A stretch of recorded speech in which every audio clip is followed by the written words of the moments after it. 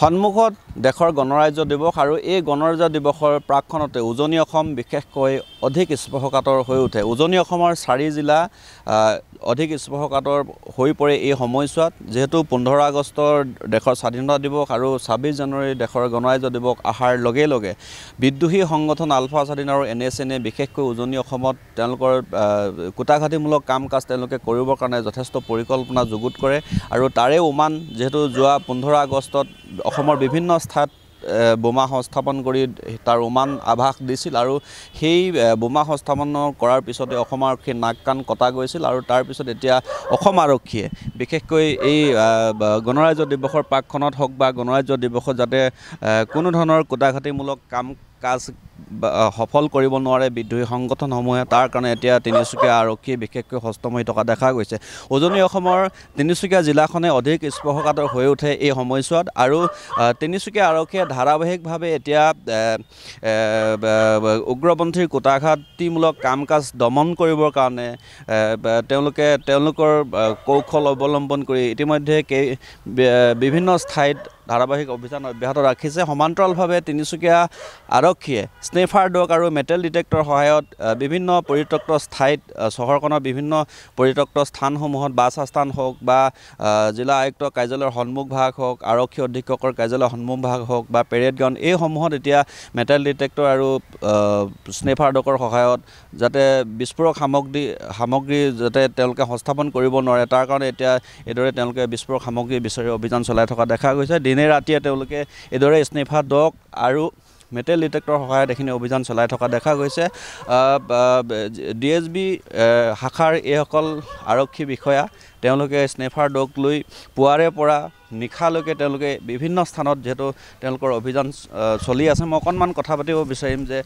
সন্মুখত যিহেতু গণৰাজ্য দিৱস আহি আছে, এই সময়ছোৱাতে তিনিচুকীয়া জিলাখন অধিক স্পৰ্শকাতৰ হৈ উঠে, গতিকে কোন কোন স্থানত কেনেধৰণে আপোনালোকে চাইছে অকণমান মই জানিব বিচাৰিছোঁ। আমি এনেকৈ ধৰক অফিচ কাৰ্যালয়, যিমান ৰেলৱে ষ্টেচন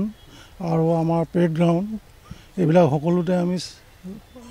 চোৱা হৈছে আৰু কোনো কুটাঘাটমূলক কাম কৰিব নোৱাৰাৰ বাবে আমি তন্নকৈ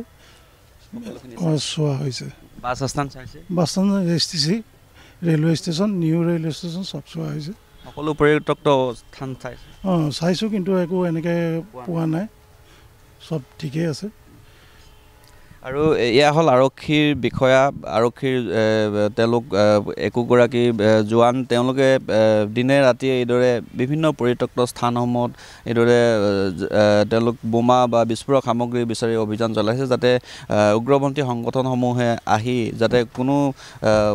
ঠাইত যাতে সংস্থাপন কৰিব নোৱাৰে, তাৰ পৰা কুটাঘাত যাতে সংঘটিত হ'ব নোৱাৰে, এইখিনি তেওঁলোকে তীক্ষ্ণ নজৰ ৰাখিছে, চাইছে। আৰু এটা কথা ক'ব লাগিব যে তিনিচুকীয়া চহৰলৈ সোমোৱা প্ৰতিটো পথ, উপপথ, লগতে অসম অৰুণাচলৰ সীমান্তত তিনিচুকীয়া আৰক্ষীয়ে বিশেষকৈ বিভিন্ন নিৰাপত্তা বাহিনীসমূহৰ লগত তেওঁলোকৰ ধাৰাবাহিক অভিযান অব্যাহত ৰাখিছে। আৰু এটা কথা উল্লেখ কৰিব লাগিব যে এইবাৰ গণৰাজ্য দিৱসত কুটাঘাটিমূলক কাম কাজ কৰিবৰ কাৰণে আলফা স্বাধীনৰ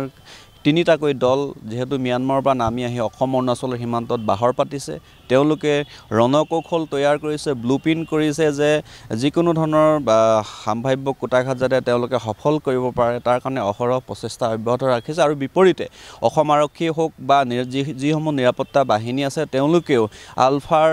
সেই কুটাঘাটিমূলক কাম কাজ যাতে সফল হ'ব নোৱাৰে, যাতে কোনো ধৰণৰ কুটাঘাত সংঘটিত হ'ব নোৱাৰে, তাৰ কাৰণে এতিয়া অসম আৰক্ষীয়ে বিফল কৰিবৰ কাৰণে তেওঁলোকে যিখিনি কাৰুকাৰ্য কৰিব লাগে, তেওঁলোকৰ যিখিনি কাম কাজ সেইখিনিও ধাৰাবাহিকভাৱে কৰি থকা এই মুহূৰ্তত দেখিবলৈ পোৱা গৈছে।